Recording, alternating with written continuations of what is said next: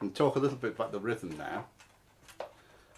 It's a Scottish rhythm, which is kind of hard to describe, but I guess what I'll do is just play at normal speed for a couple of bars and then show you it slowed down. See if you can break it down from that.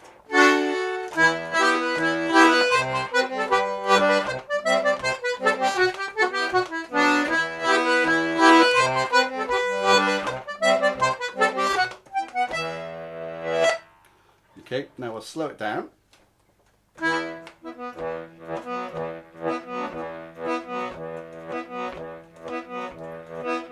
There's the bass rhythm, just slowed down a bit, but it's kind of like that. If you practice this first, this sort of rhythm, and then put the tune on top.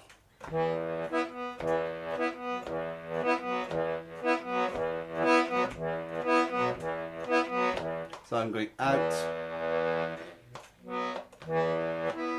out, out, in, out, out, in, out. That's against the E minor chord and the B minor inwards.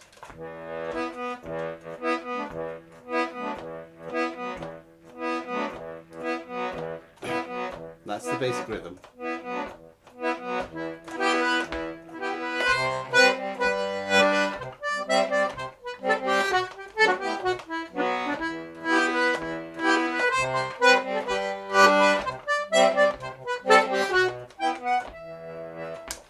Another way of thinking of that rhythm is to actually emphasize about the second or third beat. I'm not entirely sure which it is without actually looking at the sheet music, but I'll try and point it out when we get here.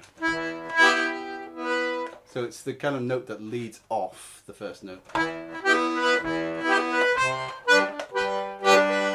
So I don't know if you can hear, but there's after we play the bass note, when the chord is playing on the bass end, that first note when I'm playing the chord against it tends to get emphasized. So I guess that is actually the second note of the bar, isn't it?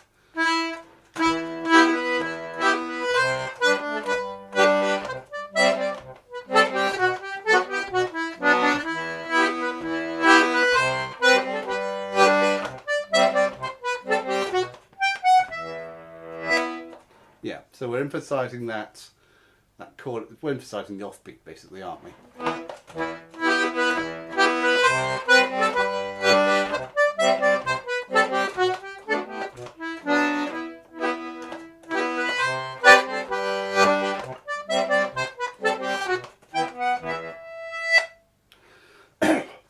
So that's the rhythm, and we basically try and apply that rhythm to the whole tune all the way through.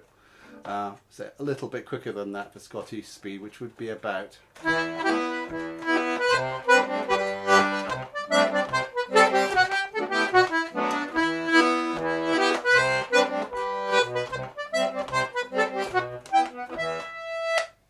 Right, a few notes on ornamentation. There's not a lot of ornamentation in this tune actually, the way I'm playing it, but there are a few things going on. Start with, there is a little bit, the occasional trill. For example, if I play this phrase slowly.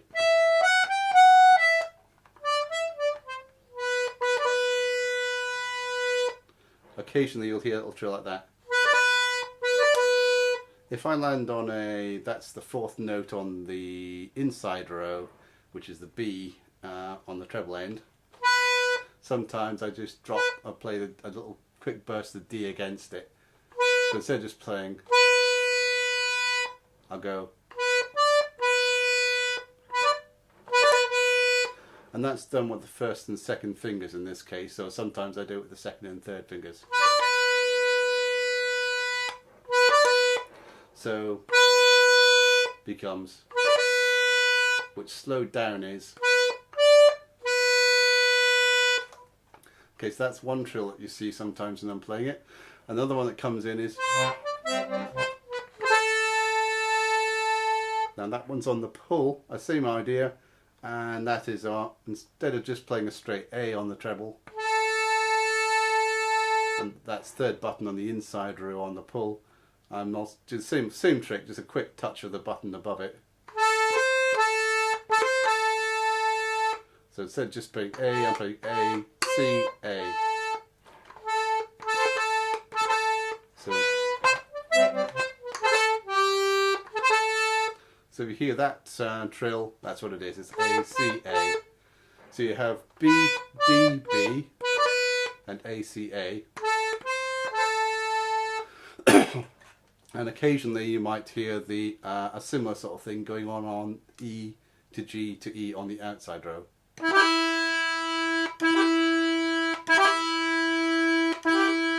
So 3 types of trills, but you won't. They don't come up that often, and I'm just fitting them in, probably without actually knowing I'm doing it. But those are the 3 trills that are being used. Other tweaks being done on the bass end. If you listen to the standard bass end, the normal way of playing it, I'll play it.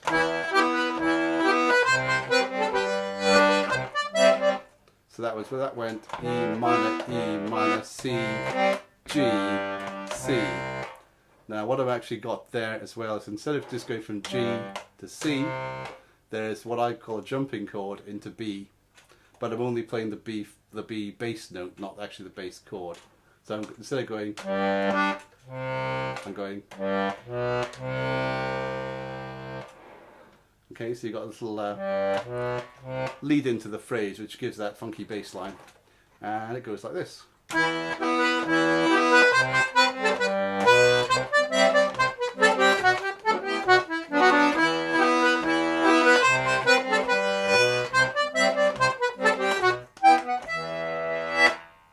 So basically, anywhere where a G chord is about to turn into a C chord, I would automatically put a jumping B chord into it just before I play C.